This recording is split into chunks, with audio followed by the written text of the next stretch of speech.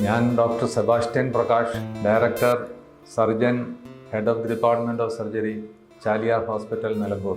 എല്ലാവർക്കും നമസ്കാരം. ഈ ആശുപത്രി ഇപ്പോൾ തുടങ്ങിയിട്ട് 30 വർഷമായി. 30 വർഷങ്ങൾക്ക് മുമ്പ് ഇവിടെ കാട് പിടിച്ച് കിടന്നിരുന്ന പ്രദേശമായിരുന്നു.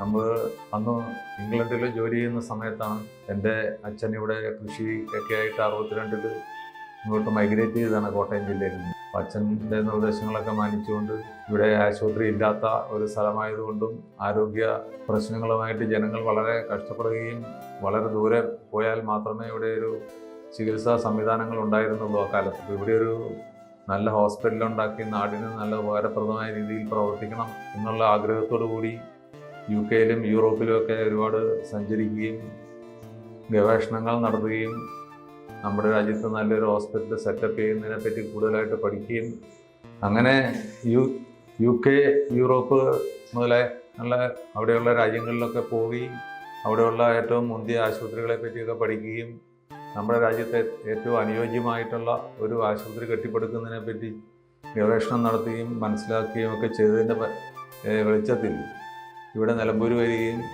ഇവിടെ ആശുപത്രിക്കുള്ള സ്ഥലം കണ്ടെത്തുകയും ഈ സ്ഥലത്ത് 500 ബെഡിൻ്റെ ഒരു ആശുപത്രി പ്ലാൻ ചെയ്യുകയും അത് 3 ഘട്ടങ്ങളിലാക്കി ഡെവലപ്പ് ചെയ്ത് 1-ാം ഘട്ടം, 2-ാം ഘട്ടം, 3-ാം ഘട്ടം അങ്ങനെ 500 ബെഡിൻ്റെ ലെവലിലേക്ക് കൊണ്ടുവരാൻ വേണ്ടി ഒരു പദ്ധതി ഇട്ടിട്ടാണ് ആദ്യം തുടങ്ങിയത്.